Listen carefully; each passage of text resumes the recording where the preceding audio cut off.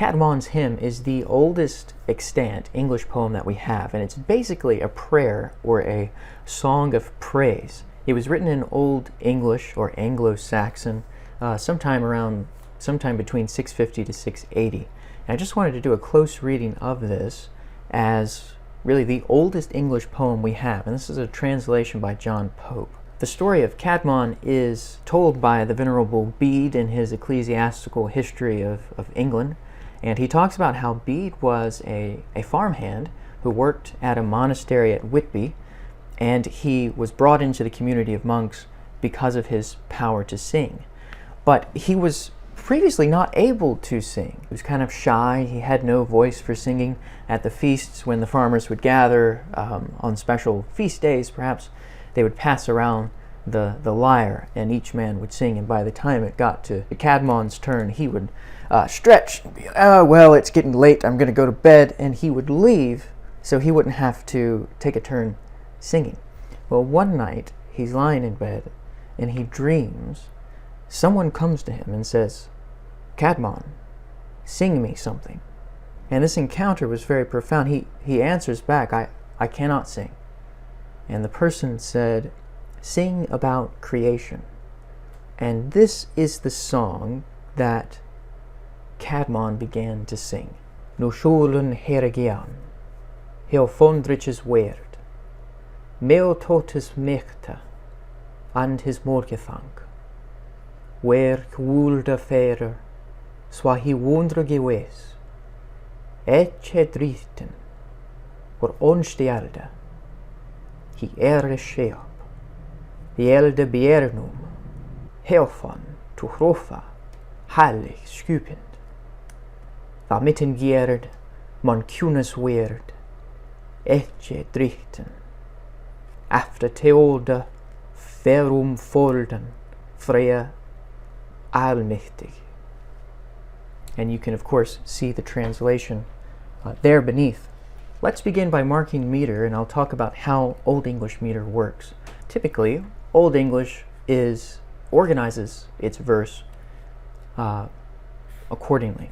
2 stressed syllables, which we'll mark like that, followed by a pause, followed by 2 stressed syllables, and sometimes, often, these stressed syllables are linked by alliteration, the repetition of the letter at the beginning of a word, and you find that here.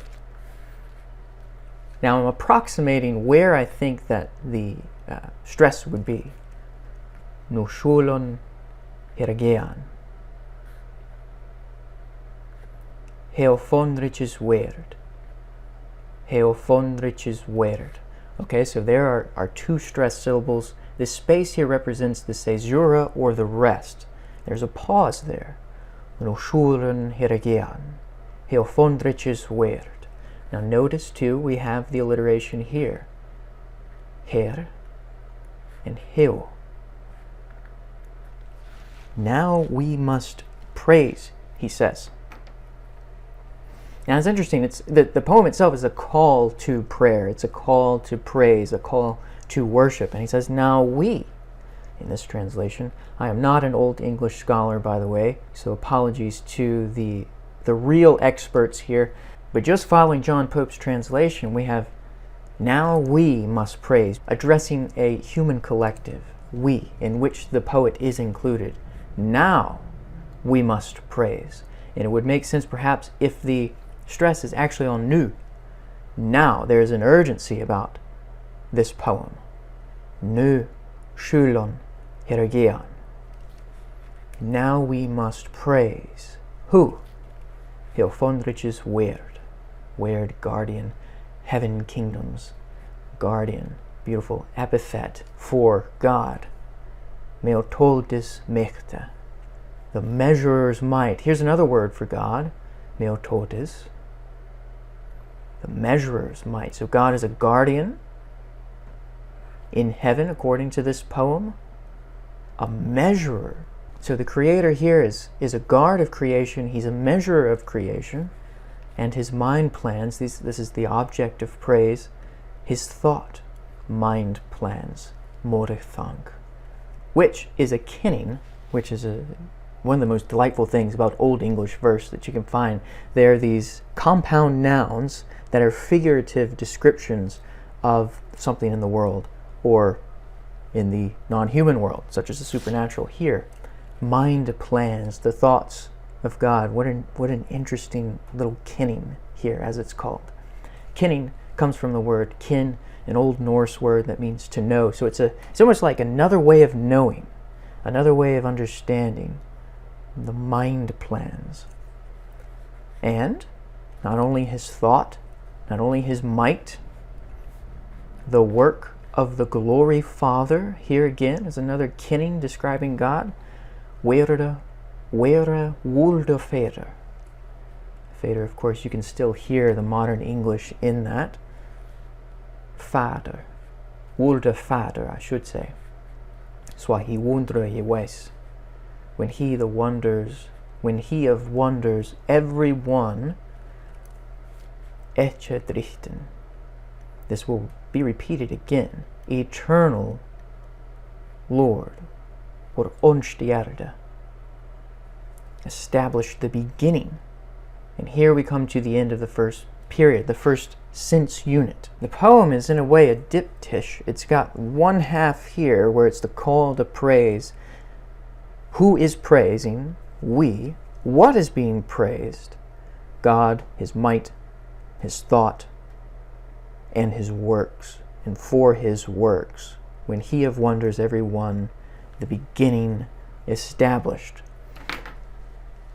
So this address to God is like a formal address, kind of like what you would find in the Book of Common Prayer today, the Book of English Poems, where it has a formal address to God, but it also, within that address, an explanation for why we are praying.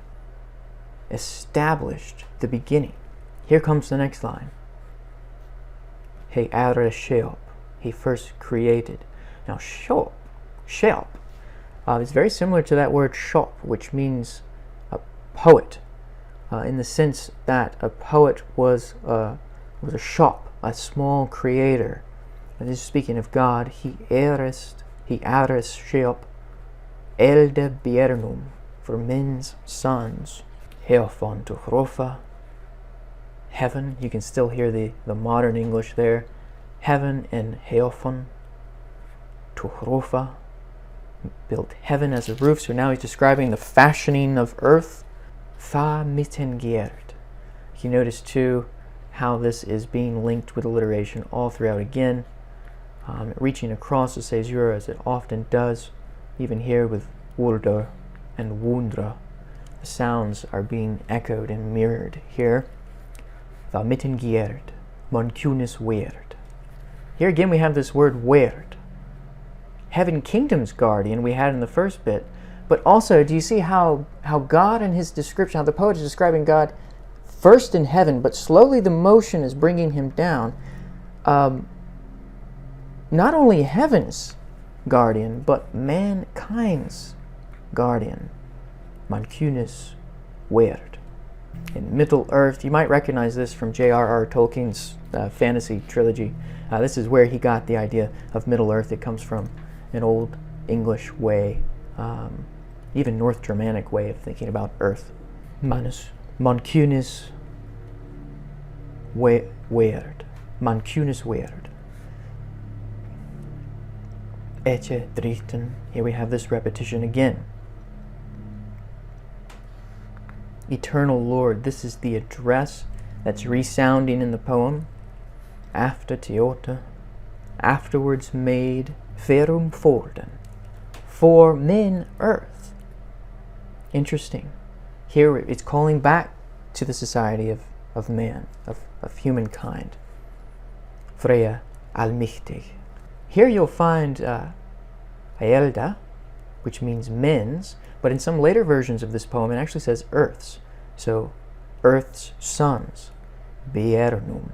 Those born of earth are born of men. It seems like the earlier versions actually do say men's sons, so it's not just earth. But you see how the motion from God's description goes from heaven to man to earth. Ferum folden, for men earth, Freya allmächtig. Freya allmächtig. And of course that's linked again with the alliteration. Master Almighty. So what do we see here with the motion of what this poem is doing? Because sometimes poems will often begin in one place and lead you through the experience to another place. And what do we have here at the beginning of the poem? We have we. We start with us on earth, the poet, the community the poet's addressing, and it ends with Master Almighty. So it's moving us from heaven, or it's moving us from earth to God. That's the topical motion of the poem, but you'll notice that it's also moving in its descriptions of God, God from heaven and God's activity in the earth. And so there's this movement where we collectively are moving towards the divine, and where the language in the poem is actually moving the divine nearer to us in the descriptions of the divine. And so it's just an interesting, beautiful poem that's really the earliest bit of English poetry we have.